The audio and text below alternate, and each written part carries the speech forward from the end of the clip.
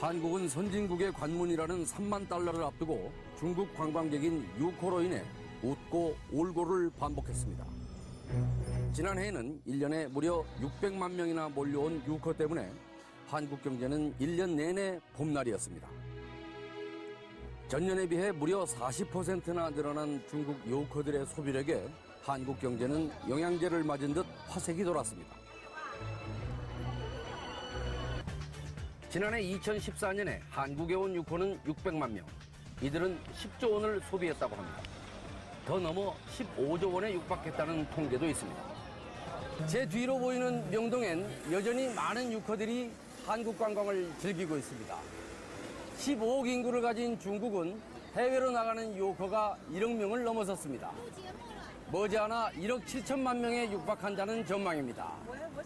문화방송은 이 어마어마한 수의 중국 유코와 관련된 산업들을 진흥시킴으로써 저성장의 고리를 끊고 선진국으로 도약할 수 있다는 주제로 유코 천만 시대를 준비한다는 특집을 준비했습니다.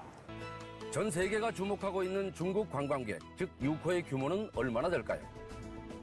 지난해 해외로 나간 중국 대륙인들은 1억 명을 넘었습니다. 2000년에 비하자면 10배 가까이 증가한 것입니다. 이 1억 명의 유코 가운데 지난해 한국에 온 중국인은 약 6%, 즉 600만 명이었습니다. 이들이 한국 관광에서 쓰고 간 돈은 10조 원에서 15조 원 사이로 추정됩니다. 이 한국행 6%가 10%로 높아지면 1000만 명, 15%면 1500만 명이 되고 이에 따라 30조 원, 50조 원의 관광 수입이 발생한다는 얘기입니다. 중국인들의 소득 향상이 계속돼 해외여행의 욕구 증가가 가팔라질 것이고 베이징의 정책 방향에 따라 홍콩, 마카오로 향하는 유코가 줄어들 것이 확실시됨에 따라 한국으로 오게 될 유코의 숫자가 생각보다 훨씬 빠른 속도로 증가할 것이라는 점입니다. 그렇다면 홍콩과 마카오를 찾던 6천만 명의 유코들 가운데 상당수는 다른 여행지를 찾아야 한다는 얘기가 됩니다. 홍콩 등을 찾던 유코들은 그러나 미주, 유럽 등 장거리 해외여행을 찾을 수는 없을 것이고 같은 아시아권에서 관광과 쇼핑의 욕구를 동시에 충족시켜줄 수 있는 나라를 찾을 것입니다. 이렇게 된다면 바로 한국과 일본인데요. 일본이 정치군사적으로 미국과 연합해 중국과 각을 세우고 있는 정세를 보면 일본을 방문하는 유코가 계속 늘어나기는 어려울 것으로 보입니다. 그렇지만 한국과 중국 간에는 별다른 장애 요소가 눈에 띄지 않습니다.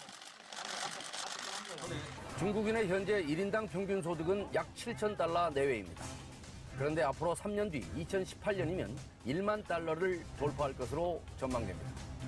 1만 달러가 되면 지금 1억 명인 중국의 해외여행자가 약 70% 늘어난 1억 7천만 명 정도가 될 것이고 이후 2억 명 선을 쉽게 넘을 것으로 예상됩니다. 예를 들면 마이카 붐이라든지 해외여행이 바로 대표적인 변화입니다. 실제적으로 중국 살아가면서 해외여행 가는 그런 비중을 보면 아직도 8%에 불과합니다.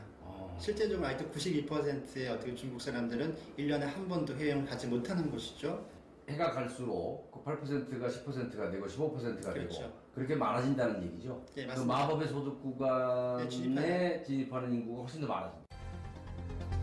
그동안 중국은 세계의 공장으로서 각국의 하청을 받아오면서 엄청난 달러가 쌓이게 되었습니다. 매년 3천억 달러 규모의 무역수지 흑자를 기록하면서 특히 미국 등으로부터 압력이 거세지고 있습니다. 그러나 위안화 가치가 높아지면 수출 경쟁력이 떨어질 것을 우려하는 베이징 정부로선 넘치는 외화를 유코들이 적절히 소화해 주기를 바라고 있을 수 있습니다.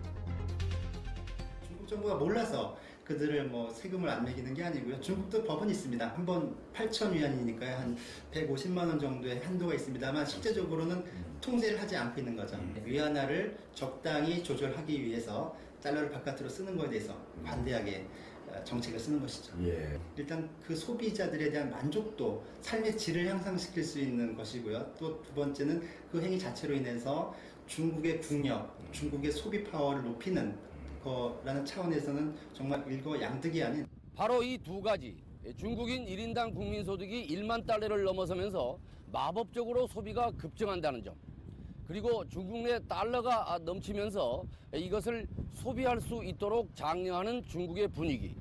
이 두 가지 수레바퀴가 중국 유커들의 해외 구매력을 부단하게 높여줄 것이고 그 최대 수혜자는 바로 이웃인 우리 한국일 수밖에 없다는 분석입니다.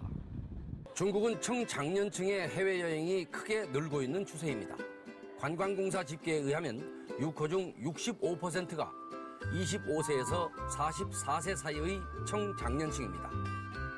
이들은 은퇴 이후 해외여행을 가는 사람들과는 다릅니다. 대부분 스스로가 한창 돈을 버는 나이여서 구매력도 큽니다. 그래서 유커의 1인당 평균 구매액수는 다른 외국 관광객보다 월등히 높습니다. 중국 국내의 명품값은 베이징 정부의 높은 관세 정책 때문에 한국보다 두세 배가 비쌉니다. 게다가 중국에서는 공식 면세점에서도 가짜를 팔고 있다는 불신이 적지 않기 때문에 차라리 가까운 해외에 가서 구매하는 편이 훨씬 낫다고 생각합니다. 홍콩에 4천만 명의 유커가 몰린 데는 바로 이런 정품에 대한 갈증 때문이기도 했습니다. 창사시 번화가에 취한 여행사. 넓지 않은 공간에 직원들이 빼곡하게 들어차 날로 증가되는 해외여행 수요를 해결하느라 무척 분주한 모습입니다. 이곳에서도 적지 않은 한국행 관광단이 조직되고 있었습니다. 韩国包机是近2年来开的最火的一个，所以呢，韩国的话一直是上升趋势啊。